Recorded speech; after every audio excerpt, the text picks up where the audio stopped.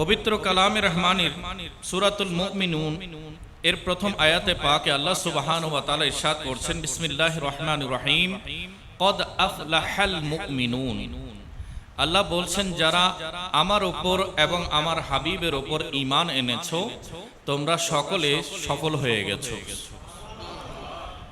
যারা ঈমান এনেছে, কলেমায়ে তাইয়্যিবা লা ইলাহা ইল্লাল্লাহু মুহাম্মাদুর রাসূলুল্লাহ সাল্লাল্লাহু তাআলা আলাইহি ওয়াসাল্লাম, এই কলেমা পাঠ করেছে এবং কলেমার দাবি পূরণে সফল হয়েছে, সার্থক হয়েছে। রব্বুল আলামিন বলছেন, সে সকল মুমিনেরা সফল হয়ে গেছে। এই মুমিন কারা, তাদের বৈশিষ্ট্য কি? আল্লাহ একে একে বেশ কয়েকটি বৈশিষ্ট্য উল্লেখ করেছেন।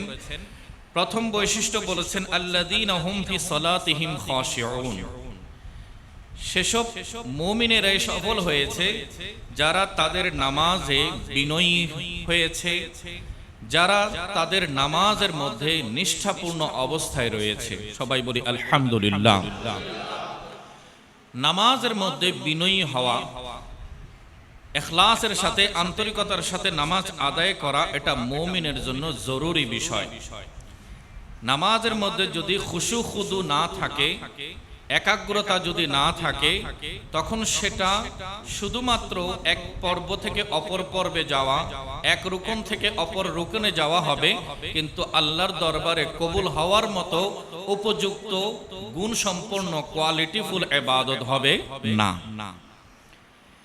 রাসূল করিম সাল্লাল্লাহু আলাইহি ওয়াসাল্লাম মসজিদে নববী শরীফের মধ্যে অবস্থান করছেন। একজন সাহাবী আসলেন, দূরে এক পাশে গিয়ে নামাজ আদায় করেছেন, নফল নামাজ। হাদিসটি সহিহ বুখারীতে, সহিহ মুসলিমে এবং মিশকাত শরীফের মধ্যে এসেছে। আল্লাহর হাবিব সাল্লাল্লাহু আলাইহি ওয়াসাল্লামের দরবারে এসে নামাজ শেষ করে তিনি সালাম পেশ করলেন, আসসালামু আলাইকা ইয়া রাসূলুল্লাহ, হে আল্লাহর রাসূল, আপনার প্রতি সালাম।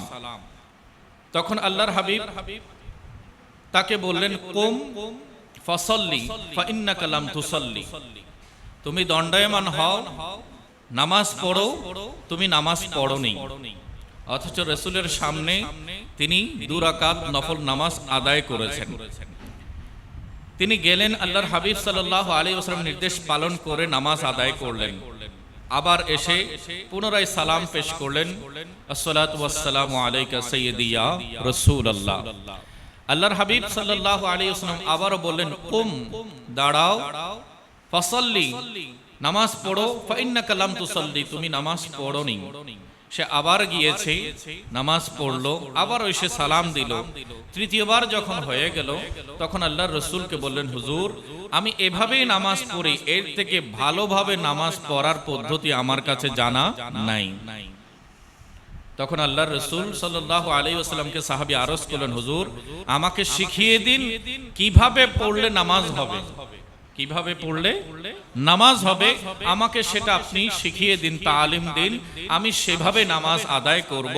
তখন আল্লাহর রাসূল তাকে শিক্ষা দিলেন যে প্রথমে নামাজের নিয়তে তুমি পবিত্রতা অর্জন করবে, ওযু করে পাক পবিত্র হয়ে যাবে, ভালো উন্নত মানের কাপড় পরিধান করবে, কিবলামুখী হয়ে দণ্ডায়মান হবে, আল্লাহু আকবার বলে সুন্নাত তরিকাতে তাকবীরে তাহরিমা পড়বে, এরপর দোয়ায়ে সানা পড়বে, সূরাতুল ফাতিহা পড়বে, অন্য সূরা বা আয়াত মিলাবে, এরপর রুকুতে যাবে, এমন ভাবে রুকু করবে যেন তোমার হৃদয় এই কথাতে প্রশান্ত হয়ে যায় যে আমি রুকু করেছি।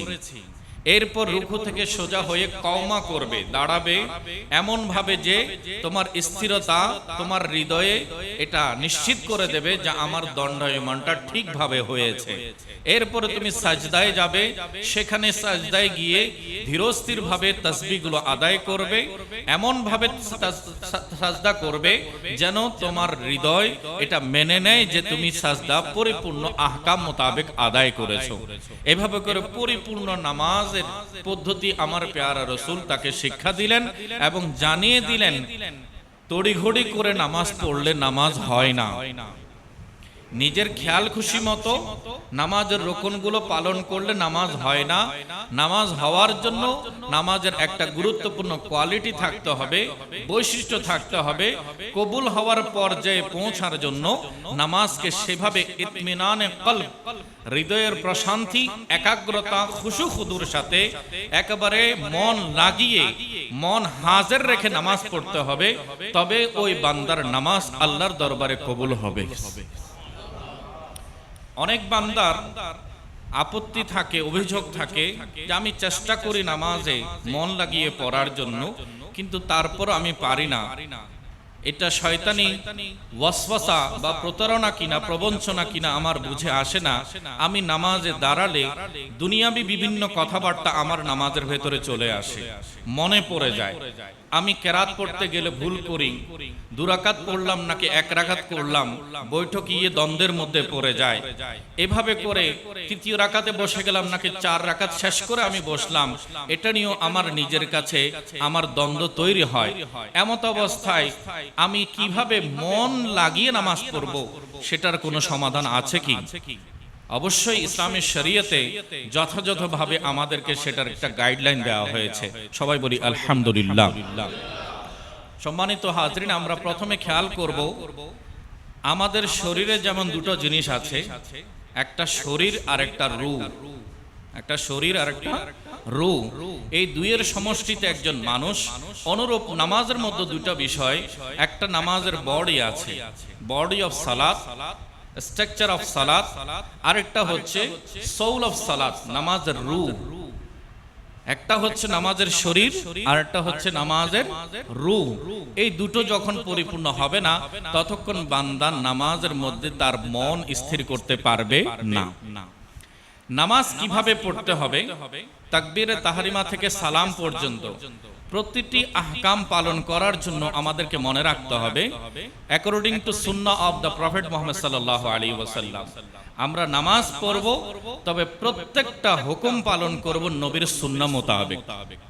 আমি আপনি নিজ ইচ্ছা মাফিক যদি আগে আমি সাজদা করব, পরে আমি রুকু করব, নিজ থেকে যদি আমরা সিদ্ধান্ত নিয়ে নামাজের বিধানকে আগে পরে করি, সেটা কি নামাজ হবে? কেন? কারণ নামাজ হওয়ার জন্য পূর্ব শর্ত হচ্ছে ইত্তেবায়ে রাসূল, নবীজির অনুসরণ অনুকরণ যার মধ্যে থাকবে না, ওই ইবাদত আল্লাহর দরবারে গ্রহণযোগ্য হবে না। তাই নামাজের শরীর, নামাজ কিভাবে পড়তে হবে সেটা হচ্ছে আমার রাসূল যেভাবে যেভাবে পড়েছেন, যেভাবে শিক্ষা দিয়েছেন, যেটাকে যেভাবে আদায় করতে বলেছেন, যেটাকে যে পদ্ধতিতে পালন করতে বলেছেন, সেগুলো সম্পর্কে আগে জ্ঞান অর্জন করতে হবে। নামাজ পড়ার সময় আমি যখন কান পর্যন্ত হাত তুলব, তখন আমার হৃদয়ে এই অনুভূতিটাকে স্থান দিতে হবে। আমার রাসূল যখন নামাজ পড়তেন, তখন রাসূলুল্লাহ তাকবীরে তাহরিমার সময় হাত কান পর্যন্ত উঠাতেন। আমি যখন নাভির নিচে হাত বাঁধবো, তখন আমার হৃদয়ে এটাকে মানিয়ে নিতে হবে যে বুকের উপরে নয়, নাভির নিচে হাত আমার পেয়ারা রাসূল বেঁধেছেন, সেটার অনুকরণ করে আমি নামাজের মধ্যে আমার নাভির নিচে হাত বাঁধছি। রুকু করার সময়, সাজদা করার সময় ঠিক একই ভাবে প্রত্যেকটা বিধান পালনের ক্ষেত্রে আমাদের মনোযোগ থাকবে যে আমার এই আমলটা নবীর সুন্নতের অনুসরণ। সবাই বলি আলহামদুলিল্লাহ। তাহলে নামাজের শরীরটা তৈরি হলো। এবার নামাজের রূহ। নামাজের রূহ কি? কোরআনে আল্লাহ সুবহানাহু ওয়া তাআলা বলছেন, আল্লাযীনা হুম ফি সালাতিহিম খাশিউন, যারা খুশু খুদুর সাথে, একাগ্রতার সাথে নামাজ আদায় করে, ওই নামাজটাই হচ্ছে মুমিনের নামাজ। সেই নামাজটাই হচ্ছে আল্লাহর ইবাদত কবুল হওয়ার যোগ্যতা সম্পন্ন নামাজ। সেটার জন্য মূল বিষয় হচ্ছে নামাজের মধ্যে মন থাকতে হবে। নামাজের মধ্যে মন থাকতে হবে।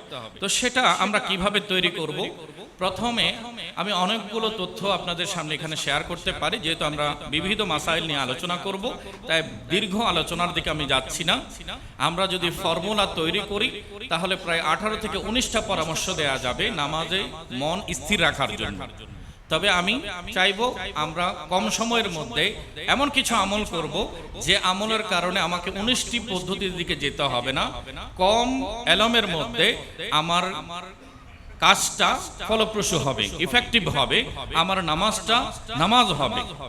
তো সেটার জন্য প্রথমত আমরা শুদ্ধভাবে কোরআন তেলাওয়াত শিখব। আরবি হরফগুলো উচ্চারণের জন্য নির্দিষ্ট স্থান আছে কিনা?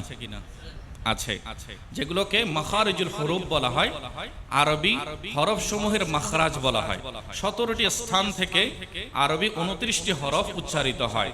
সেটার বিধান যদি আমি ঠিকভাবে জেনে নিই, তাজবিদের কায়দা সম্পর্কে যদি অভিজ্ঞতা অর্জন করি, বিশুদ্ধভাবে আল্লাহু আকবার, সুবহানাকা আল্লাহুম্মা ওয়া বিহামদিকা ওয়া তাবারাকা ইসমুকা ওয়া তাআলা জাদ্দুকা ওয়া লা ইলাহা গায়রুকা, এই যে দোয়াটা আমি পড়েছি, দোয়ায়ে সানার মধ্যে প্রত্যেকটা হরফকে তার ঠিক ঠিক জায়গা থেকে যখন উচ্চারণ করে পড়ব, তখন আমার মনোযোগ কোরআন তেলাওয়াতের দিকে, আমার মনোযোগ তাসবির দিকে যাবে এবং ঠিক জায়গা থেকে উচ্চারণ হচ্ছে কিনা সেটা যদি আমি নিশ্চিত করতে পারি, নামাজে যদি আমার মনোযোগ সেখানে কনসেন্ট্রেট করা যায়, নির্দিষ্ট করা যায়, তাহলে নামাজের বাহিরে মন যাওয়ার কোনো সুযোগ থাকবে না। 2 নম্বরে আমাদেরকে মনে করতে হবে যে আমি যা আল্লাহর সাথে বলছি সেটার বাংলা কি, সেটার অনুবাদ কি, তর্জমাটা আমি সেখানে আর চেষ্টা করব।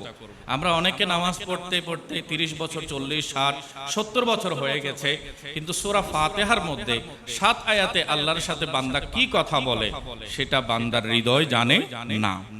রব্বানা আতিনা ফিদ দুনিয়া হাসানাতাও ওয়া ফিল আখিরাতি হাসানাতাও ওয়া কিনা আযাবান নার, এই দোয়া আমাদের সবারই মুখস্থ আছে, কিন্তু এই আরবিটার বাংলা তরজমা কি কয়জনের জানা আছে? নিজেদেরকে যদি আমরা রিচেক করি, অনেকের জীবনে দেখা যাবে পার্সেন্টেজ 0। তিনি না সূরা ফাতিহার তরজমা কখনো শিখেছেন, না কখনো দোয়ার তরজমা শিখেছেন।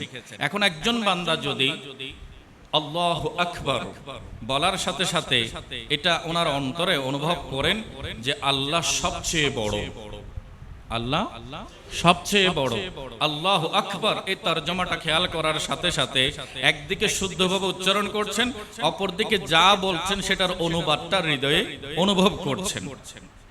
এরপরে যখন বান্দা পড়ছে সুবহানাকা আল্লাহুম্মা, হে আল্লাহ পবিত্রতা তোমার, ওয়া বিহামদিকা প্রশংসা তোমার, ওয়া তাআলা জাদ্দুকা তোমার সম্মান উন্নত, ওয়া তাবারাকা ইসমুকা তোমার নাম বরকতময়, ওয়া তাআলা জাদ্দুকা তোমার সম্মান উন্নত।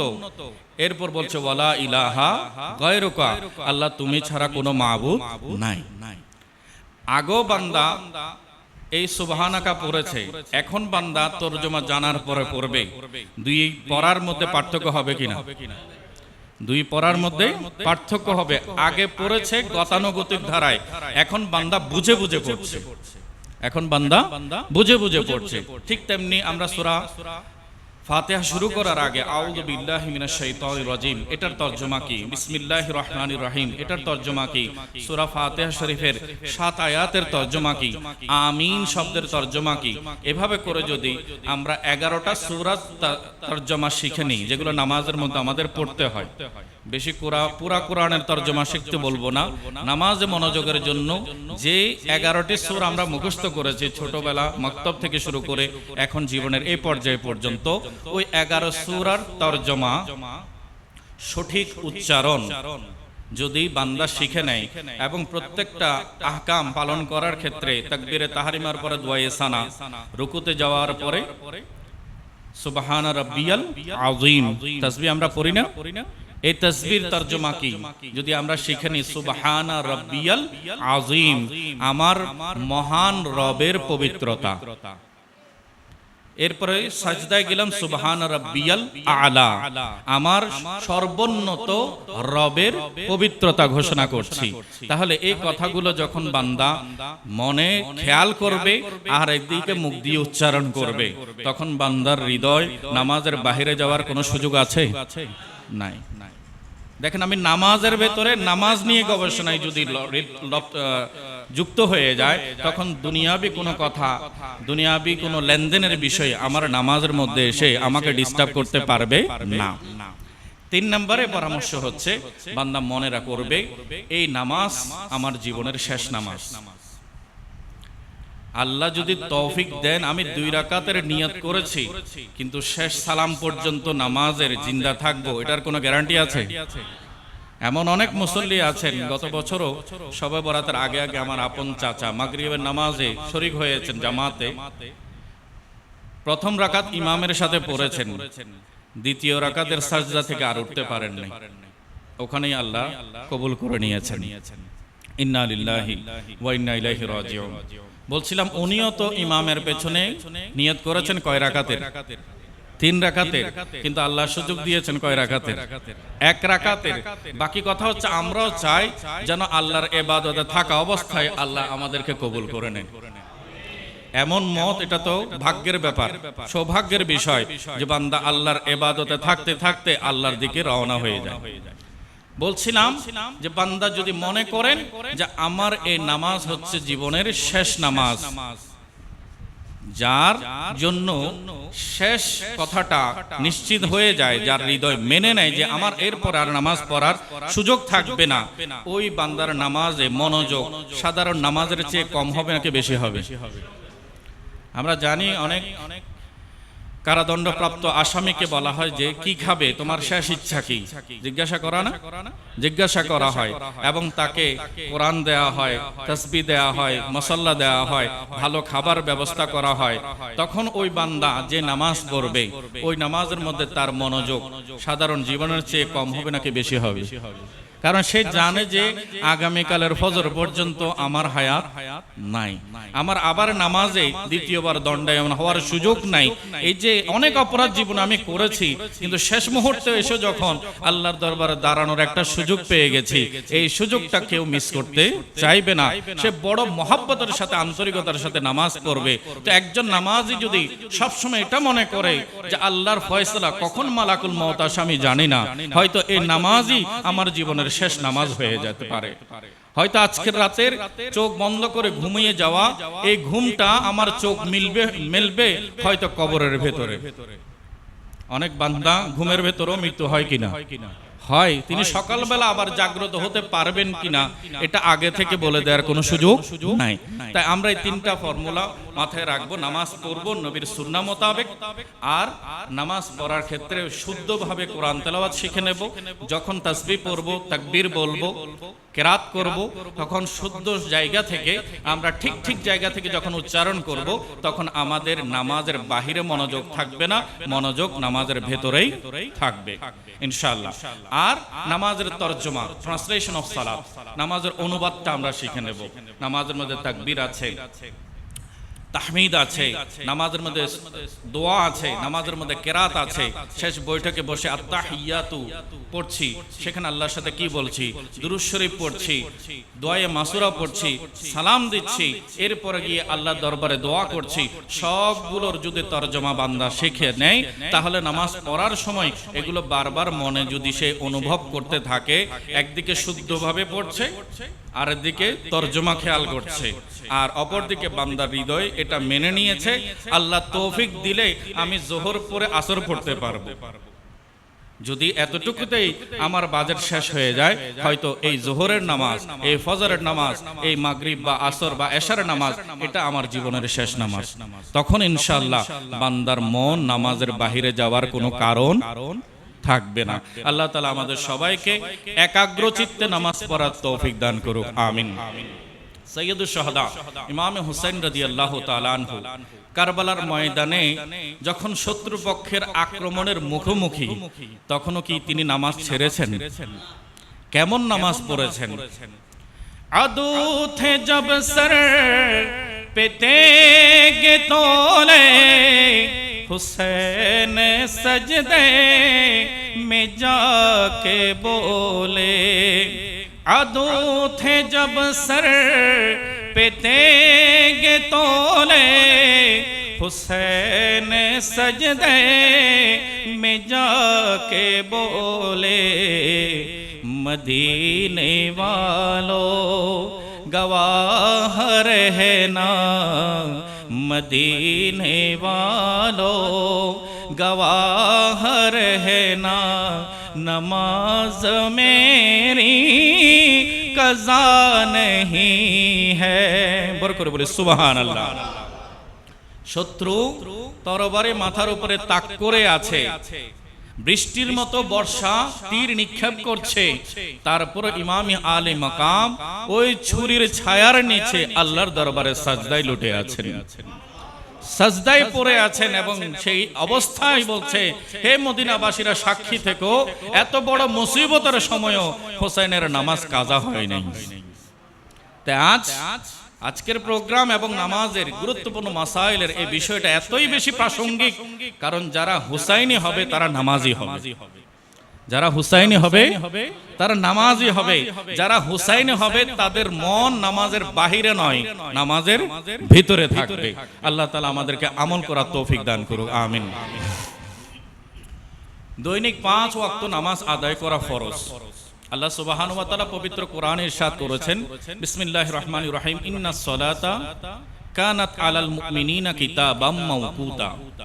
আল্লাহ বলছেন মুমিনগণের উপরে নির্দিষ্ট সময়ে নামাজ আদায় করা ফরজ, নির্দিষ্ট সময়ে নামাজ আদায় করা ফরজ। তাহলে ওয়াক্ত হলে নামাজ পড়বে, ওয়াক্ত পার হয়ে গেলে তখন ওই নামাজটা কাজা না, আদায় নয়, সেটা কাজা হয়ে যায়, সেটা কি হয়ে যায়? কাজা হয়ে যায়। তা আমাদের উপরে নামাজ ফরজ করা হয়েছে নির্দিষ্ট সময়ে আদায় করার জন্য। এবং পবিত্র কোরআনের সূরা ফাতিহার শুরুতে আমরা আল্লাহর দরবারে বলি, ইয়্যাকা না'বুদু ওয়া ইয়্যাকা নাস্তাঈন, হে আল্লাহ আমরা তোমারই ইবাদত করি এবং তোমারই নিকট সাহায্য প্রার্থনা করি। শব্দটা প্লুরাল বলা হয়েছে, আমরা, ইয়্যাকা না'বুদু, আমরা ইবাদত করি। তাহলে আমরা যখন বলবে তখন সংখ্যাকে এক বোঝাবে নাকি বেশি বোঝাবে? সবাই একটু কথা বলি, বেশি বুঝাবে। তাহলে বেশি মানে উলামায়ে কেরাম বলছেন আল্লাহ তাআলা সূরা ফাতিহার মাধ্যমে উম্মতে মুহাম্মদীকে জানিয়ে দিয়েছেন, একাকী নামাজ পড়ার চেয়ে জামাতে নামাজ পড়াটাই আল্লাহর কাছে বেশি পছন্দের। একাকী নামাজ পড়ার চেয়ে জামাতে নামাজ পড়াটাই আল্লাহর কাছে বেশি পছন্দের। এবং ওই নামাজে আপনি বান্দার অনেক ভুল ত্রুটি হতে পারে, কিন্তু এমন এক মকবুল বান্দা আছে যার নামাজ আল্লাহর দরবারে কবুল হয়েছে, ওই জামাতে শরীক হওয়ার কারণে একা পড়লে 1 গুণ সওয়াব পেতেন, আর তাদের সাথে মিলিত হয়ে নামাজ পড়ার কারণে আমার রাসূল বলেছেন 25 গুণ, অপর হাদিসে বলেছেন 27 গুণ পর্যন্ত বান্দাকে ওই এক নামাজের সওয়াব দান করা হবে। তাহলে জামাতে শরীক হলে লাভ কম নাকি বেশি? বেশি। আল্লাহ তাআলা আমাদেরকে আমল করার তৌফিক দান করুক। কারো নামাজ যদি কাজা হয়ে যায়, সেই নামাজ তাকে অবশ্যই আদায় করতে হবে, নামাজ মাফ নয়। শারীরিক অসুস্থ অবস্থায়ও নামাজের বিধান রয়েছে। একজন অসুস্থ ব্যক্তি কিভাবে নামাজ পড়বে সেটার পদ্ধতি আল্লাহর হাবিব সাল্লাল্লাহু আলাইহি ওয়াসাল্লাম আমাদেরকে শিক্ষা দিয়েছেন। কারো কাছে যদি 1 ওয়াক্ত, 2 ওয়াক্ত, 3 ওয়াক্ত, বা কারো কাছে 4 ওয়াক্ত, বা কারো কাছে 5 ওয়াক্ত নামাজ কাজা হয়ে গেছে, পুরো একদিনের নামাজ কি হয়ে গেছে? কাজা হয়ে গেছে, তখন তার জন্য হুকুম হচ্ছে তিনি যেই ওয়াক্তে নামাজ শুরু করছেন তিনি পূর্বের নামাজগুলোর, ফরজ নামাজগুলো গণনা করে একে একে একে একে আগে সেগুলো আদায় করে দিবেন, তারপরে তিনি নতুন নামাজের নিয়ত করবেন। আর যদি কারো 5 ওয়াক্ত ক্রস করে চলে যায়, কয়েকদিনের নামাজ যদি কাজা হয়ে জমা হয়ে যায়, 6 ওয়াক্ত, 7 ওয়াক্ত, 8, 10, 12 ওয়াক্ত, এমন অনেক আছে দুর্ভাগা যারা জীবনের অনেক ক্ষেত্রে গুরুত্বপূর্ণ ভূমিকা রাখলো আল্লাহর ইবাদতের ক্ষেত্রে গড়িমসি করে অবহেলা করে, ইচ্ছাকৃতভাবে নামাজ কাজা করে।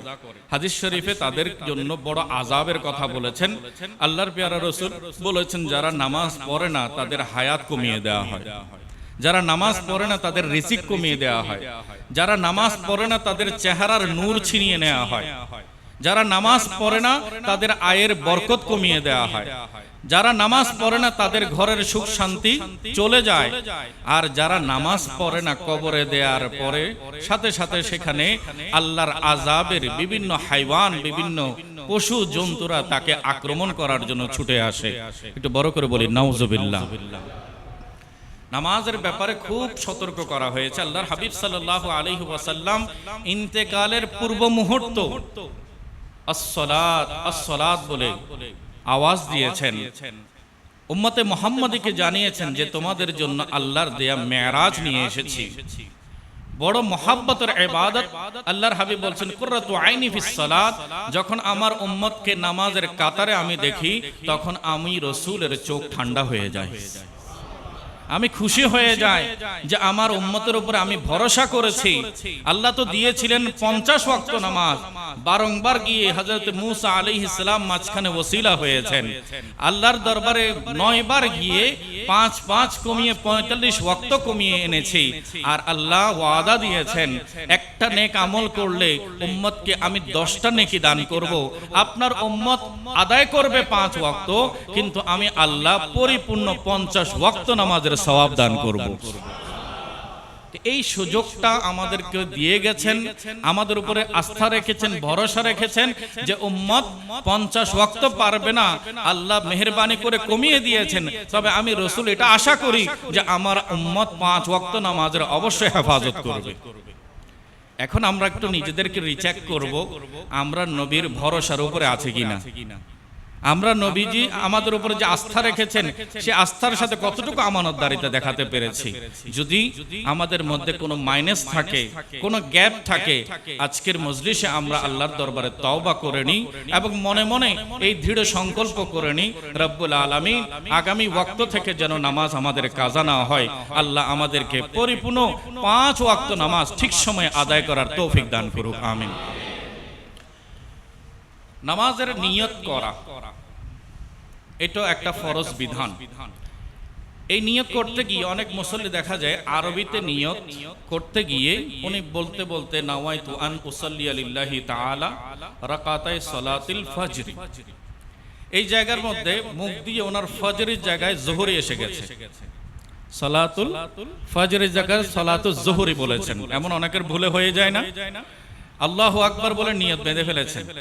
এখন মনের মধ্যে অশান্তি শুরু হয়ে গেছে যে আমি তো নিয়ত করেছি কিসের, যোহরের, কিন্তু ওয়াক্ত হচ্ছে ফজর, বলার কথা ছিল ফজর কিন্তু বলে ফেলেছি যোহর। এখন নিজের মধ্যে যে একটা অস্থিরতা তৈরি হয়েছে, উলামায়ে কেরাম বিশেষ করে মুফতি আমজাদ আলী আজমি রাহমাতুল্লাহি আলাইহি বাহারে শরীয়তের মধ্যে এই মাসালাটা উল্লেখ করেছেন। তিনি বলছেন যে এখানে অসুবিধা নাই, কারণ মুখের যে ত্রুটিটা হয়েছে এটা ধর্তব্য নয়, অন্তরের নিয়তটা হচ্ছে আসল নিয়ত। অন্তরের নিয়তটা হচ্ছে কি আসল নিয়ত। মনে মনে যে আপনি যোহরের কথা বলে ফেললো, নিয়ত করেছেন কিসের, ফজরের, আর ওয়াক্ত কিসের, ফজরের, সেই নিয়তের কারণে আপনার ফজরের নামাজে আদায় হচ্ছে, ওই নামাজের মধ্যে কোনো ক্ষতি হবে না। সবাই বলি আলহামদুলিল্লাহ। প্রাসঙ্গিক একটা কথা বলি, ফজরের সময় অনেক মুসল্লি আজান শুনে আগে আগে জামাতের আগে আগে মসজিদে আসেন। তো ওনারা মসজিদে এসে সুন্নত নামাজ পড়েন। অনেকেই দেখা যায় নিয়মিত তাহিয়াতুল ওযুর নামাজ, দুখুলুল মসজিদের নামাজ, নফল নামাজ এগুলো পড়ে থাকেন। আমরা বেশিরভাগ মুসল্লিরা জুমার দিন পড়তেই সচরাচর দেখা যায়, অন্যান্য দিনে কম দেখা যায়। কিন্তু কিছু বুজুর্গ আমাদের মুরব্বীরা আছেন, ওনারা জানেন যে এই নামাজগুলোর ফজিলত অনেক বেশি, সে কারণে ওনারা ওই নামাজগুলো পড়তে চান। তা আমি আপনাদের সাথে একটু শেয়ার করি। ফজরের ওয়াক্ত শুরু হয় সুবহে সাদেক থেকে আর শেষ হয় সূর্য উঠার মাধ্যমে। ওই ওয়াক্তে গিয়ে ফজরের ওয়াক্ত সমাপ্ত হয়ে যায়। রাতের শেষ সুবহে সাদেক থেকে সূর্য ওঠা পর্যন্ত এই পুরোটা সময় হচ্ছে ফজরের ওয়াক্ত। এখন বিজ্ঞানের আবিষ্কারে আমরা কখন সুবহে সাদেক শুরু হয় সেটার সময়ও গুগলে বা ইন্টারনেটে সার্চ দিলে পাওয়া যায়, এবং কিছু নামাজের নির্দেশিকামূলক অ্যাপসও আছে, সেগুলো যদি সেট আপ করে দেয় আপনাকে ওয়াক্ত অনুযায়ী সেখানে আজানও শোনায়। আজান আসে না অনেক সময়, আমরা শুনি।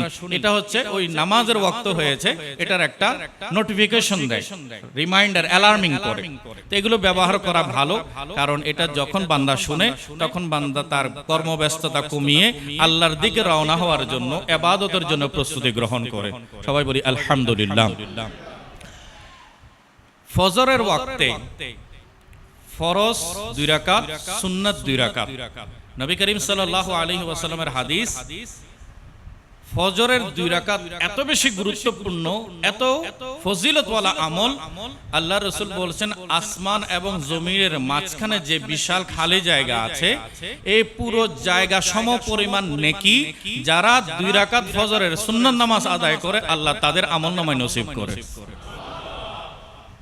এত বড় বিশাল গ্যাপ, এটার আয়তন কত বিজ্ঞান এখনো আবিষ্কার করার মতো কোনো প্রযুক্তি পায়নি। আল্লাহর হাবিব বলছেন এত বিশাল, যেটা আনকাউন্টেবল, যেটাকে গণনায় করা যায় না, অপরিমেয়, এত বিশাল সওয়াব আল্লাহ দান করবেন বান্দা যদি ফজরের ফরজের আগে 2 রাকাত সুন্নাত আদায় করে। অপর হাদিসে পাকে আছে নবী করিম সাল্লাল্লাহু আলাইহি ওয়াসাল্লাম বলেছেন যে ফজরের ফরজের পূর্বে 2 রাকাত সুন্নাত ছাড়া অন্য কোনো নামাজ নাই। তাহলে ফজরের ফরজ নামাজের আগে নামাজ পড়া যাবে কয় রাকাত? 2 রাকাত। ওয়াক্ত শুরু হয়ে সুবহ সাদেক থেকে ফরজ নামাজের আগে পড়া যাবে কয় রাকাত নামাজ? 2 রাকাত নামাজ। তাহলে সহজেই স্পষ্ট হয়ে গেল ওই টাইমের মধ্যে কেউ দুখুলুল মসজিদ নামাজ পড়তে পারবে না। ওই সময়ের মধ্যে কেউ ওযুর 2 রাকাত নামাজ পড়তে পারবে না। রমজানের সময় আমাদের কিছু মুরব্বী আছেন যারা সেহরি করে আগে আগে তাহাজ্জুদ পড়ার জন্য মসজিদে চলে আসেন। এমন কিছু মুসল্লি আছে কিনা? আছে। নফল পড়ার জন্য, তাহাজ্জুদের নামাজ পড়ার জন্য মসজিদে চলে আসেন। ওনারা যদি সাহারির শেষ সময় সুবহ সাদেক শুরু হওয়ার আগে আগে যদি চলে আসতে পারেন, তাহলে অবশ্যই ওনারা ওই 2 রাকাত দুখুলুল মসজিদ এবং 2 রাকাত ওযুর যে সম্মানে পড়া হয় তাহিয়াতুল ওযু, এই 2 রাকাত নামাজ পড়তে পারেন, কোনো অসুবিধা নাই। তবে যদি ওয়াক্ত শুরু হয়ে যায় তখন কিন্তু ওই নামাজ পড়ার কোনো সুযোগ নাই। তখন শুধু পড়তে পারবে কয় রাকাত? 2 রাকাত। ফজরের নামাজের ফরজের পরে সূর্য ওঠা পর্যন্ত যে সময়টা আছে, এই সময়ের মধ্যে আপনি কোনো নফল নামাজ পড়তে পারবেন না। শরীয়তে 2টা ওয়াক্তকে মাকরুহ ওয়াক্ত বলা হয়েছে নফল নামাজের জন্য। একটা হচ্ছে ফজরের ফরজ নামাজের পর থেকে সূর্য ওঠা পর্যন্ত, আর একটা হচ্ছে আসরের নামাজের পর থেকে সূর্য ডুবা পর্যন্ত। এই সময়ের মধ্যে কোনো নফল নামাজ পড়া যাবে না, এটা আমাদেরকে মনে রাখতে হবে। এরপর আমরা নামাজের মধ্যে আরেকটা কমন মিস্টেক আমাদের অনেককে দেখা যায় যে তিনি নামাজের নিয়ত করেছেন, সূরা ফাতিহা পড়লেন, সূরা ফাতিহার পরে একটা সূরা মিলাবেন। এখন প্রথম রাকাতে দেখা গেল উনি সূরা ফাতিহার সাথে সাথে সূরা নাস পড়ে ফেললেন, কুল আউযু বিরাব্বিন নাস। এরকম ভুল ক্রমে অনেকের হয়ে যায় কিনা? হয়ে যায়। ওনার কাছে সহজ যেটা মনে হয়েছে, মুখ দিয়ে এসে গেছে, বাস ওইটা পড়ে ফেললেন। এখন সূরা নাসের পরে তার কোনো কেরাত নাই। ওনার নামাজের আরো রাকাত রয়ে গেছে, 2 রাকাতের নিয়ত করলো, আরো 1 রাকাত আছে, ওই রাকাতের মধ্যে উনি কেরাত কি পড়বেন? তো শরীয়তের মাসলা হচ্ছে প্রথম রাকাতে যদি কেউ সূরা নাস পড়ে ফেলে, তিনি দ্বিতীয় রাকাতও সূরা ফাতিহার পরে ওই একই সূরা নাসে পড়বেন, কারণ উল্টো আসার কোনো সুযোগ নাই। ওনাকে ওই জায়গাতে প্রথম রাকাতও সূরা নাস পড়তে হবে, দ্বিতীয় রাকাতও সূরা নাস পড়তে হবে। এই মাসলাটা আমরা মনে রাখবো। তারপর অনেক মুসল্লি আছেন যারা রুকুতে গিয়ে তাসবিহ পড়বেন, সুবহানা রাব্বিয়াল আযীম পড়ে ফেলেছেন সুবহানা রাব্বিয়াল আলা। সাজদা গিয়ে পড়বেন সুবহানা রাব্বিয়াল আলা, সেখানে পড়ে ফেলেছেন সুবহানা রাব্বিয়াল আযীম। তো এমত অবস্থায় ওই ব্যক্তির নামাজের হুকুম কি হবে? যেটা যেই পয়েন্টে পড়ার কথা উল্টো হয়ে গেছে। রুকুর তাসবিহ সাজদায়, সাজদার তাসবিহ রুকুতে। এখন নামাজ নিয়ে তিনি টেনশনে, নামাজ হচ্ছে কি হচ্ছে না। তো মনে রাখবেন নামাজের মধ্যে রুকু করা ফরজ, সাজদা করাও ফরজ। রুকু আর সাজদাতে তাসবিহ পড়া হচ্ছে সুন্নাত, তাসবিহ পড়া হচ্ছে সুন্নাত। তো বলা হয়েছে ওয়ালা ইয়াজিবু বিতারকি সুন্নতি, যদি বান্দা নামাজের মধ্যে কোনো সুন্নাত তার বাদ পড়ে যায় অথবা সুন্নাতের স্থান যদি আগে পরে হয়ে যায়, তখন তার উপরে সাহু সেজদা দেওয়া ওয়াজিব হবে না। অর্থাৎ আপনি পরেরটা আগে, আগেরটা পরে পড়ার কারণে নামাজের বড় ধরনের কোনো ক্ষতি হয় নাই, তবে একটা জিনিস সুন্নতের খেলাফ হয়েছে।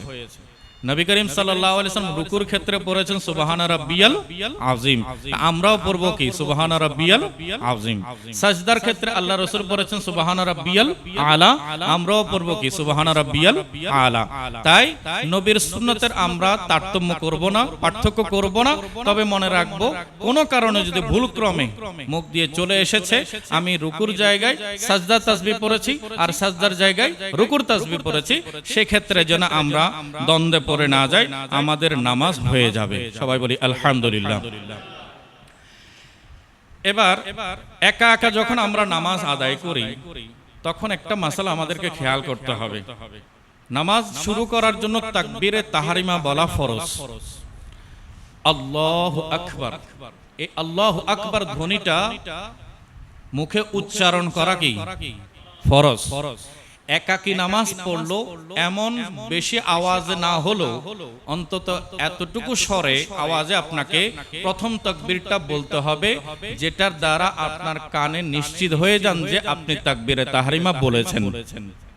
এক্ষেত্রে অনেক মুসল্লির খেয়াল থাকে না, তিনি আল্লাহু আকবার মনে মনে বলে দেখা যায় ঠোঁটও নাড়ান নাই, ঠোঁটও নাড়ান নাই, তিনি আল্লাহু আকবার বলে নিয়ত বেঁধে ফেলেছেন।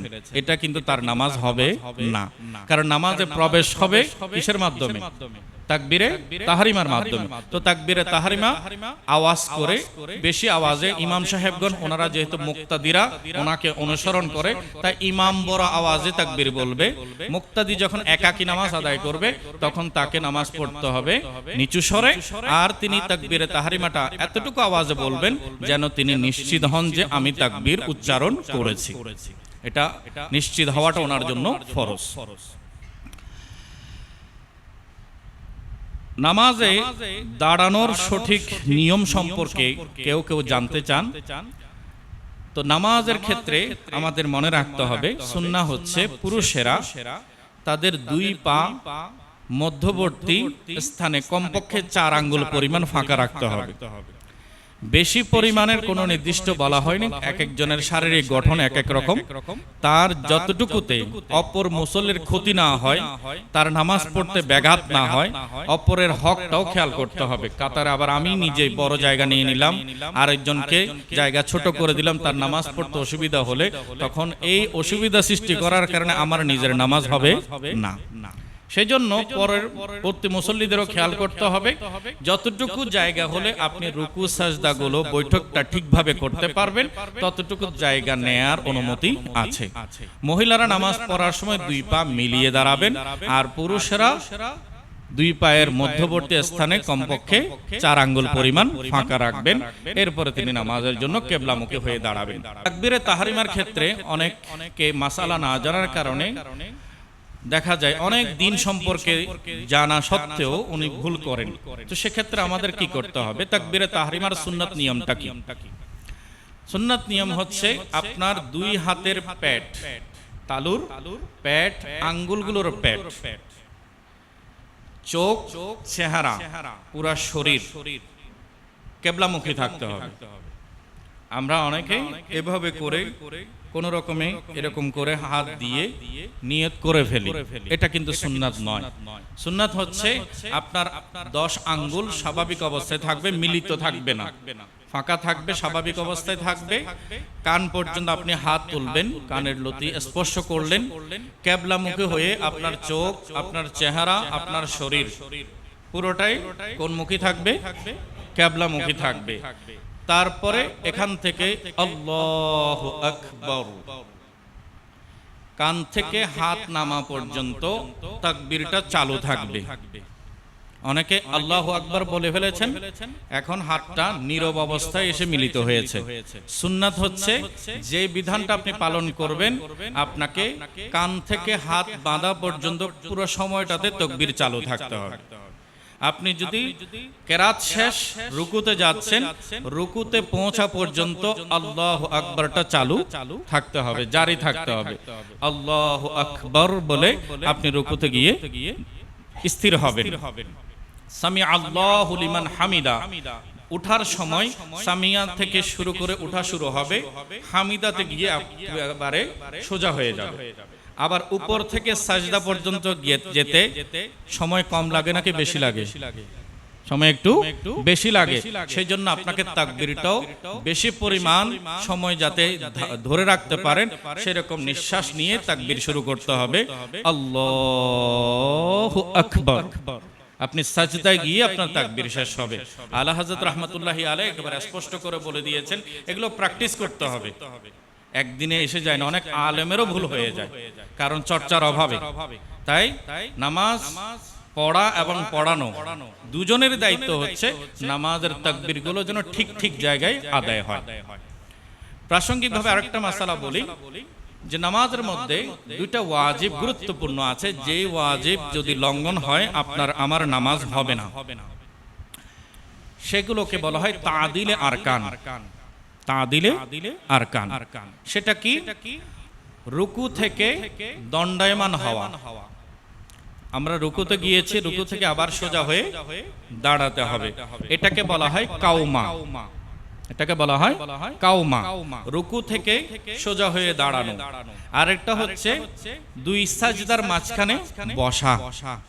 একটা সাজদা দিয়েছেন, সাজদা থেকে উঠে আপনাকে আরাম করে বসতে হবে, তারপরে আপনি দ্বিতীয় সাজদায় যাবেন। তো দুই সাজদার মাঝখানে অ্যাঙ্গেল ঠিক করে বসা, এটাকে বলা হয় জালসা। কাউমা এবং জালসা এই দুই বিধান হচ্ছে ওয়াজিব। নামাজের মধ্যে যদি ওয়াজিব বাদ পড়ে যায় নামাজ হবে? তাকে অবশ্যই সাহু সিজদা দিতে হবে, পেনাল্টি দিতে হবে। তো ঠিকভাবে নামাজ পড়ার জন্য কাওমা জালসা ঠিকভাবে হতে হবে। তো সেটা কিভাবে?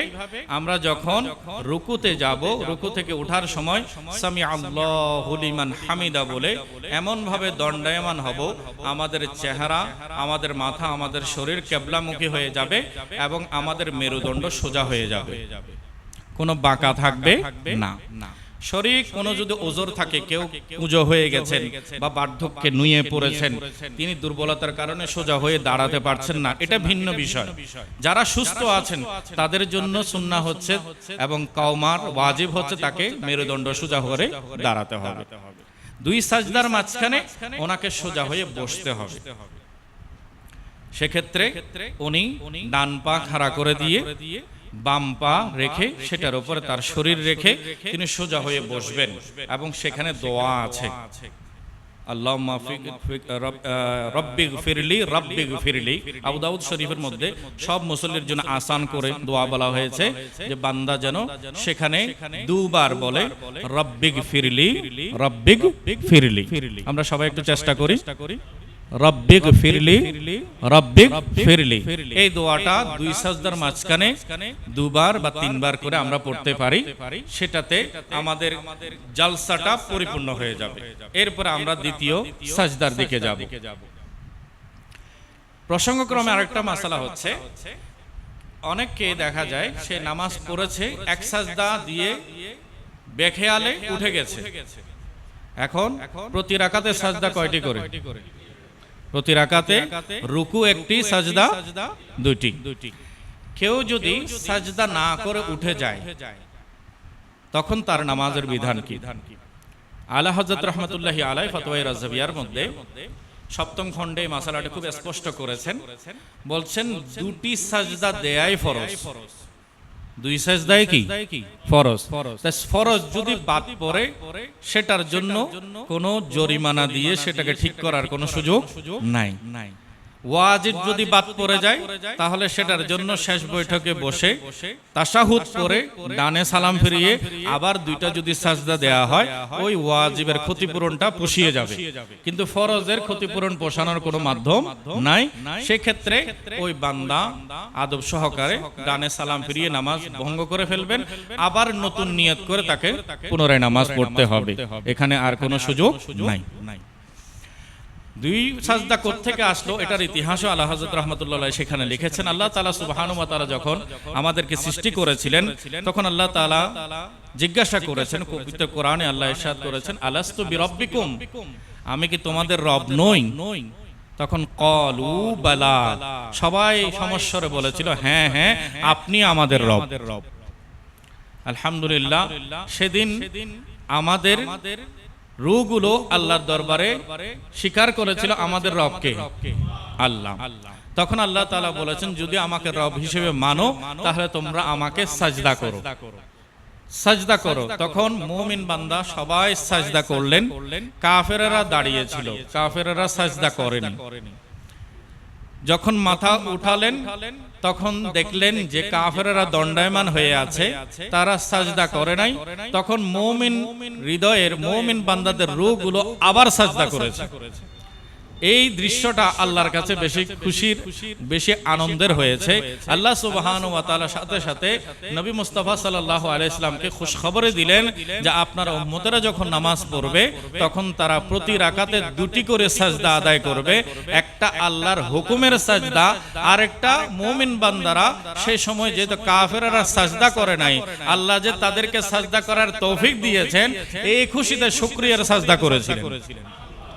তাহলে একটা হচ্ছে আল্লাহর হুকুমের সাজদা, আর একটা হচ্ছে শুকরিয়ার সাজদা। আল্লাহ তাআলা নামাজের মধ্যে 2 সাজদায় আমাদের উপর ফরজ করে দিয়েছেন। আল্লাহ তাআলা আমাদেরকে সাজদা আদব সহকারে আদায় করা তৌফিক দান করুক, আমিন। সাজদার কথা যখন চলে এসেছে, একটা গুরুত্বপূর্ণ মাসালা আপনাদের সাথে আমি শেয়ার করি। সাজদার মধ্যে 7টি অঙ্গ জমিনে স্পর্শ করতে হবে। অনেকের নামাজ রুকু ঠিকভাবে না হওয়ার কারণে, সাজদা ঠিকভাবে না হওয়ার কারণে নামাজ হচ্ছে না। তো সেজন্য রুকু সাজদা কিভাবে করতে হয় সেটা আমাদেরকে শিখে নিতে হবে।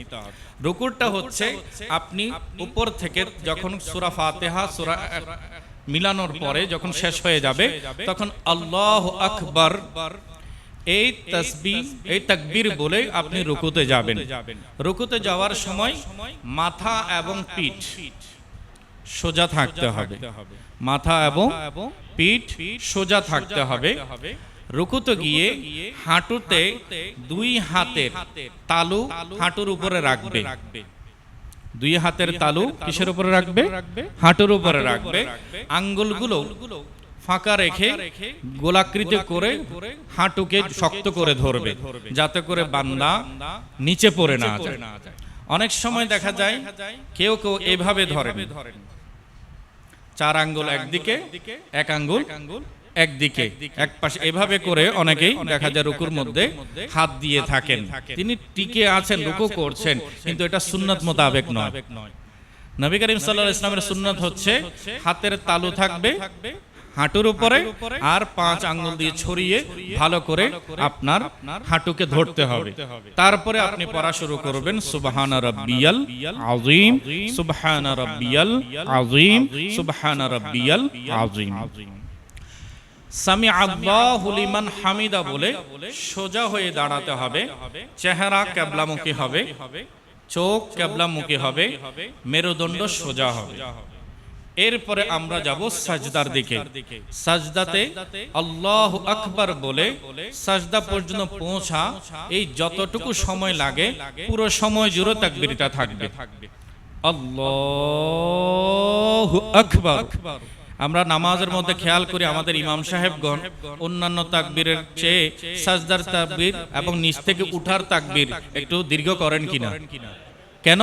কারণ সুন্নাহ হচ্ছে আপনার রুকুনটা যতক্ষণ পর্যন্ত শেষ না হবে ততক্ষণ আপনার তাকবীর চালু থাকতে হবে। আমরা মাসালাটা বুঝতে পেরেছি? আলহামদুলিল্লাহ। এবার শুনুন, আমরা সাজদার মধ্যে কি লক্ষ্য রাখতে হবে। নবী করিম সাল্লাল্লাহু আলাইহি ওয়াসাল্লাম বলছেন, বান্দা 7টি অঙ্গের উপরে সাজদা করে। কয়টি অঙ্গের উপরে? 7টি অঙ্গের উপরে। 2 হাত, 2 হাতের তালু সহ আঙ্গুলের প্যাড সহ জমিন স্পর্শ করে দিবে। উপর থেকে নামার সময় আমাদের প্রথমে পা দুটোর আঙ্গুলগুলো জমিনের সাথে স্পর্শ হয়ে আছে, 2 পায়ের পাতা এবং আঙ্গুলগুলো জমিনের সাথে স্পর্শ হয়ে আছে। প্রথমে আমাদের হাঁটু জমিনের সাথে স্পর্শ করবে, উপর থেকে নিচে নামার সময় প্রথমে আমাদের হাঁটু স্পর্শ করবে। তাহলে 2 হাঁটু, এদিকে 2 পা, কয়টা হলো? বলেন না, 4টা। এরপরে আমাদেরকে 2 হাত জমিনে স্পর্শ করতে হবে, 2 হাত জমিনে স্পর্শ করতে হবে। তাহলে এখন কয়টা? 6টা হয়ে গেল। এরপরে মাথা স্পর্শ করতে হবে, সেটার মধ্যে নাক এবং মাথা, কপাল, 2টা জিনিস, 2টাকে যেহেতু একই অঙ্গের ভেতরে সেজন্য একটা অঙ্গ ধরা হয়েছে। প্রথমে আমাদের জমিনে লাগবে নাক, কি লাগবে? নাক। তারপরে কপাল। জমিনে লেগে কপালে যেন জমিনের শক্তটা অনুভব হয়, সেরকম হতে হবে। অনেক সময় দেখা যায় কোনোভাবে লেগেছে কি লেগে নাই তিনি অনুভব করেন নাই, তাহলে সাজদা হবে না। আবার সেটার মানে এটা নয় যে জমিনের সাথে কি মাথাকে একেবারে শক্ত করে মারতে হবে, এরকম নয়।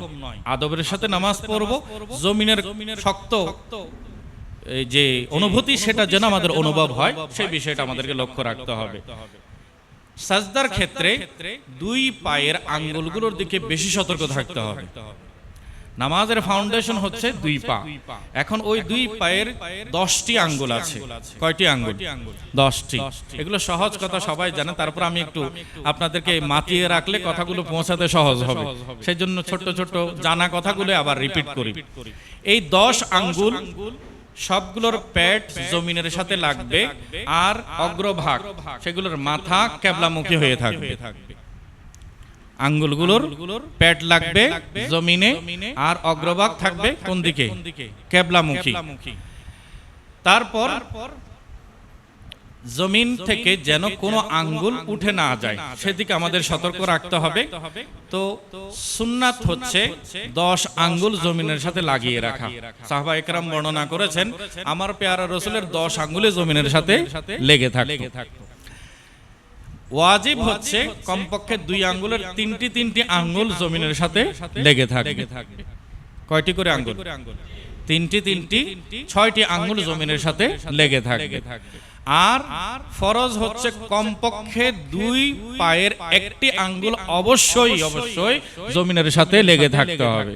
তাহলে বোঝা গেল যদি 2 পা একসাথে উঠে যায়, কারণ যখন আমরা সাজদাতে যাই আমাদের শরীরের ভারটা আমাদের হাঁটুতে চলে আসে, তখন পেছনের পা গুলো হালকা হয়ে যায়। অনেকেই খেয়াল না করে দেখা যায় ডানে বামে ওনার পা নড়াচড়া করতে থাকে, আর বেখেয়ালে পা উঠে যায়। তো এই যদি বেখেয়ালে হয়, পা যদি উঠে যায়, তখন নামাজ নষ্ট হয়ে যাবে। সেজন্য নামাজের ফাউন্ডেশনের জন্য সম্ভব হলে 10 আঙ্গুলে আমরা লাগিয়ে রাখবো। তা যদি সম্ভব না হয় অন্তত 3টি আঙ্গুল লাগাবো। আর মনে রাখবো কোনো পা যদি 2 পা যদি একসাথে উঠে যায়, একটা আঙ্গুলও যদি লাগা না থাকে, তাহলে আমাদের নামাজ হবে না। সাজদার ক্ষেত্রে 2 হাতের বাহু, কোনই বাহু, পেট, রান এগুলো আলাদা থাকতে হবে। এগুলোর জন্য একটার সাথে আরেকটা লেগে না যায়। আমাদের বোনদের জন্য সাজদার বিধান হচ্ছে ওনারা কোনো ফাঁকা রাখবেন না, মিলিয়ে সাজদা করবেন, জমিনের সাথে একেবারে স্পর্শ করে তারা পুরো শরীর জমিনের সাথে লাগিয়ে সাজদা করবেন। আর পুরুষের নামাজের জন্য ওনার কোনই, ওনার বাহু, ওনার পেট, ওনার রান এগুলো সবগুলোকে তিনি পৃথক রাখবেন। আর সাজদাতে আমরা পড়ব কি? সুবহান রাব্বিয়াল আলা, সুবহান রাব্বিয়াল আলা, সুবহান রাব্বিয়াল আলা। এভাবে দ্বিতীয় রাকাতে আমরা নামাজের মধ্যে কি পড়ব? সূরা ফাতিহা শরীফ পড়ব। দ্বিতীয় রাকাতে আবার নতুন করে দোয়া সানা পড়তে হবে না। আমরা সেখানে পড়ব কি? দোয়া সানা না পড়ে আমরা বিসমিল্লাহির রহমানির রহিম পড়ে সূরা ফাতিহা শরীফ পড়ব। সূরা ফাতিহা পড়ে আমরা আয়াত বা সূরা মিলাবো। এরপরে রুকু করব, রুকু থেকে কওমা করব সোজা করে, তারপর সাজদায় যাব, 2 সাজদার মাঝখানে বসবো। সেখানে কি পড়ব? রব্বিগফিরলি, রব্বিগফিরলি। আবার বলি রব্বিগফিরলি, আবার বলি রব্বিগফিরলি। তা আমরা যদি ভুলে যাই হবে না, আমাদের মনে থাকতে হবে। সেখানে তাসবিহ পড়লে আমাদেরকে সওয়াব দেয়া হবে। সবাই বলি আলহামদুলিল্লাহ। দ্বিতীয় রাকাত পরে আমরা বৈঠক করব। বৈঠকের ক্ষেত্রে প্রথমে আমাদেরকে পড়তে হবে তাশাহুদ। আত-তাহিয়াতু লিল্লাহি ওয়াস-সালাওয়াতু ওয়াত-তাইয়্যিবাতু আসসালামু আলাইকা আইয়ুহান নাবিয়্যু ওয়া রাহমাতুল্লাহি ওয়া বারাকাতুহু। এরপরে কি? আসসালামু আলাইনা ওয়া আলা ইবাদিল্লাহিস সালিহিন আশহাদু আল্লা ইলাহা ইল্লাল্লাহু ওয়া আশহাদু আন্না মুহাম্মাদান আবদুহু ওয়া রাসূলুহু। তাশাহুদের ক্ষেত্রে যখন আমরা সালামে পৌঁছবো, আসসালামু আলাইকা আইয়ুহান নাবিয়্যু। ইমাম আবু হামিদ মুহাম্মদ গাজালি রাহমাতুল্লাহি আলাইহি তিনি উল্লেখ করেছেন ওনার কিতাবের মধ্যে, যখন বান্দা এই পয়েন্টে পৌঁছবে তখন বান্দার আকীদা হবে যে আল্লাহর মাহবুব সাল্লাল্লাহু আলাইহি ওয়াসাল্লামের রূহ মুবারক আমার কলবে হাজির হয়ে গেছে। শাইখ মুহাক্কিক আব্দুল হক মুহাদ্দিস দেহলভী রাহমাতুল্লাহি আলাইহি তিনি বলছেন, রূহে মুহাম্মদ রা দর কলবে খুদ মওজুদান। বান্দা যখন আসসালামু আলাইকা আইয়ুহান নাবিয়্যু বলবে তখন আগে এই আকীদা, এই বিশ্বাসটা অন্তরে জায়গা দাও যে তোমার কলমের মধ্যে আমার প্যারা রাসূলের রূহ মুবারক হাজির হয়ে গেছে। তার আল্লাহ ইয়া রাসূলুল্লাহ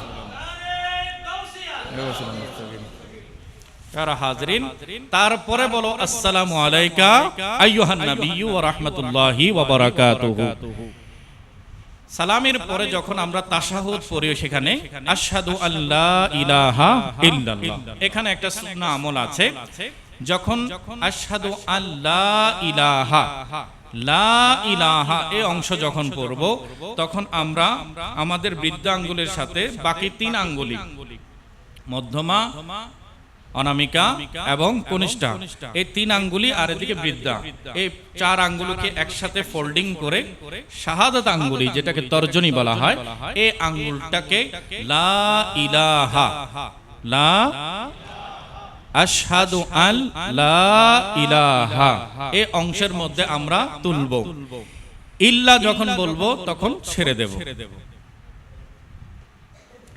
পড়ব তুলব কখন?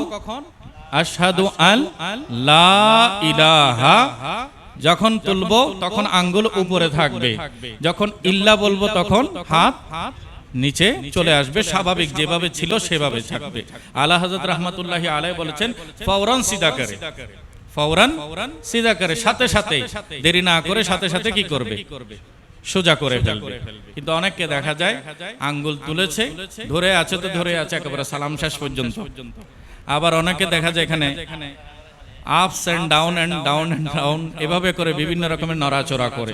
তো এটা খেলাধুলা করার জিনিস নয়, এটা সুন্নাত আমল। এবং রাসূল করিম সাল্লাল্লাহু আলাইহি ওয়াসাল্লাম আমল হচ্ছে লা ইলাহা, এতটুকুতে তুলবো, ইল্লা বলার সাথে সাথে নামিয়ে ফেলবো, স্বাভাবিক করে ফেলবো। তারপরে আমরা দুরূদ শরীফ পড়ব। আল্লাহুম্মা সাল্লি আলা সাইয়্যিদিনা মুহাম্মাদিন ওয়া আলা আলি সাইয়্যিদিনা মুহাম্মাদিন কামা সাল্লাইতা আলা সাইয়্যিদিনা ইব্রাহিমা ওয়া আলা আলি সাইয়্যিদিনা ইব্রাহিমা ইন্নাকা হামিদুম মাজিদ। আল্লাহুম্মা বারিক আলা সাইয়্যিদিনা মুহাম্মাদিন ওয়া আলা আলি সাইয়্যিদিনা মুহাম্মাদিন কামা বারাকতা আলা সাইয়্যিদিনা ইব্রাহিমা ওয়া আলা আলি সাইয়্যিদিনা ইব্রাহিমা ইন্নাকা হামিদুম মাজিদ। এরপরে দুআয়ে মাসুরা, অনেকগুলো দোয়া মাসুরার কথা বলা হয়েছে। হযরত সাইয়্যিদনা আবু বকর সিদ্দিক রাদিয়াল্লাহু তাআলা আনহু আমার প্যারা রাসূলকে বললেন, হুজুর আমাকে এমন একটা দোয়া শিখিয়ে দেন যেটা আমি নামাজের মধ্যে পড়ব। রাসূল করিম সাল্লাল্লাহু আলাইহি ওয়াসাল্লাম তাকে শিখিয়ে দিলেন, তুমি পড়বে আল্লাহুম্মা ইন্নী ওয়াজ্জাহতু আল্লাহুম্মা ইন্নী যালামতু নাফসি যুলমান কাসীরান ওয়া লা ইয়াগফিরুয যুনুবা ইল্লা আনতা ফাগফিরলি মাগফিরাতান, তারপরে ইন্নাকা আনতাল গফুরুর রহিম। এই যে দোয়া আমরা নিয়মিত, যেটা মুরব্বীরা আমরা সবাই মুখস্থ জানি, এই দোয়াটাই আমরা নামাজের মধ্যে পড়ি। এই দোয়াটা আমার রাসূল থেকে সরাসরি শিখে নিয়েছেন সাইয়্যিদুনা সিদ্দিক আকবর রাদিয়াল্লাহু তাআলা।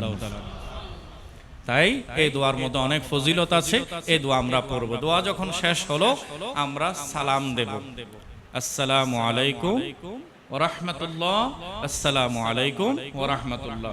সেই সময় আমাদের আকীদা হবে আমার ডান পাশের ফেরেশতা এবং ডান দিকের যত মুসল্লি আছে আমি সবাইকে উদ্দেশ্য করে সালাম দিচ্ছি। বামে যখন ফিরবো তখন আমার বাম পাশের ফেরেশতা এবং বাম দিকের সকল মুসল্লিদের উপরে আল্লাহর রহমত বর্ষিত হোক, এই জন্য আমি সালাম দিচ্ছি। এরপরে আমরা দোয়া পড়ব, দুরূদ শরীফ পড়ব। রাসূল করিম সাল্লাল্লাহু আলাইহি ওয়াসাল্লামকে সালাম দেব, আসসালাতু ওয়াসসালামু আলাইকা সাইয়্যিদিয়া রাসূলুল্লাহ ওয়া আলা আলিকা ওয়া আসহাবিকা সাইয়্যিদিয়া হাবিবাল্লাহ। এরপরে লা ইলাহা ইল্লাল্লাহু ওয়াহদাহু লা শারীকা লাহু লাহুল মুলকু ওয়া লাহুল হামদু ইউহয়ী ওয়া ইউমীতু ওয়া হুয়া আলা কুল্লি শাইইন কাদির। এই দোয়াটা আমরা পড়ব। এরপর অন্যান্য দোয়া যদি আমাদের জানা থাকে, বিশেষ করে প্রত্যেক ফরজ নামাজের পরে হাদিস শরীফ এসেছে আয়াতুল কুরসি একবার। যারা নিয়মিত ফরজ নামাজের পরে একবার করে আয়াতুল কুরসি পড়ে, আল্লাহ সুবহানাহু ওয়া তাআলা শুধু মৃত্যুটা তার জন্য প্রতিবন্ধক, বান্দার মওত হওয়ার সাথে সাথে সে জান্নাতে চলে যাবে।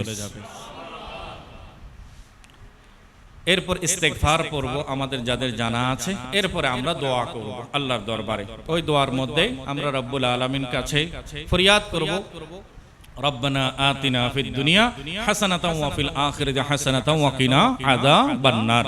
হে আল্লাহ, রব্বানা, হে আমাদের রব, আতিনা, তুমি আমাদেরকে দান করো, ফিদ দুনিয়া, দুনিয়াতে, হাসানাতান, কল্যাণ, নেক আমল করার তৌফিক, ওয়া ফিল আখিরাতি হাসানাতান, আর আখিরাতে আমাদেরকে জান্নাত দান করো, ওয়া কিনা আযাবান নার, আর আমাদেরকে দোজখের আগুন থেকে হেফাজত করো। প্রথমেই বলেছিলাম আমরা যেন নামাজের অনুবাদটা শিখে নিই, তাহলে আমাদের নামাজের মধ্যে মনোযোগটা পরিপূর্ণ থাকবে। আর নামাজের জরুরি যত মাসাইল আছে এগুলো আমাদেরকে আগে শিখে নিতে হবে, নতুবা নামাজের মধ্যে ভুল কোথায় হচ্ছে সেটা আমরা আগে থেকে বুঝতে পারবো না, নামাজ পড়ো না পড়ার মতো হয়ে যাবে। যেহেতু আল্লাহর দরবারে ওই ইবাদত কবুল হবে না যদি আমরা শরীয়ত নবীর সুন্নাহকে লঙ্ঘন করে আদায় করি। সেজন্য ইবাদত করার পূর্বে ইবাদতের পদ্ধতি জানাটা ফরজ। ফরজ ইবাদত করার পূর্বে ইবাদতের পদ্ধতি জানাটা কি ফরজ। আল্লাহ তাআলা আপনাদের আমাদের সবাইকে ইবাদতকে পুঙ্খানুপুঙ্খ উলামায়ে কেরামের মজলিস সোহবতের মাধ্যমে, বিশেষ করে আপনাদের এই এলাকাতে স্থানীয়ভাবে যেখানে যেখানে দাওয়াতে খায়রের প্রোগ্রাম হয়, নিয়মিত জলসা হয়, মাহফিল হয়, সেখানে আপনারা অংশগ্রহণ করে সরাসরি মুআল্লিমের সাথে প্রশ্নোত্তর পর্ব গিয়ে আপনারা আপনাদের অজানা মাসালাগুলো জেনে নেবেন। এতে করে ইবাদত শুদ্ধ হবে, সমাজ থেকে একজন কম জানা মানুষ কমে যাবে, আমাদের জ্ঞান সমৃদ্ধ হবে। আল্লাহ তাআলা আমাদের আপনাদের সবাইকে কবুল করুক, আমিন। গাউসিয়া কমিটি বাংলাদেশ ফরহাদাবাদ ৫ নং ওয়ার্ড পশ্চিম শাখার নতুন পরিষদকে অভিনন্দন জানাই, মোবারকবাদ জানাই। আল্লাহ তাআলা আলে রাসূলের এই মহান খিদমতের কাফেলায় আপনাদেরকে আমাদের সবাইকে আজীবন রত থাকার তৌফিক নসিব করুক, আমিন। ওয়া আখিরু দাওয়ানা আনিল হামদুলিল্লাহি রাব্বিল আলামিন। আসসালামু আলাইকুম ওয়া রাহমাতুল্লাহি ওয়া বারাকাতুহু।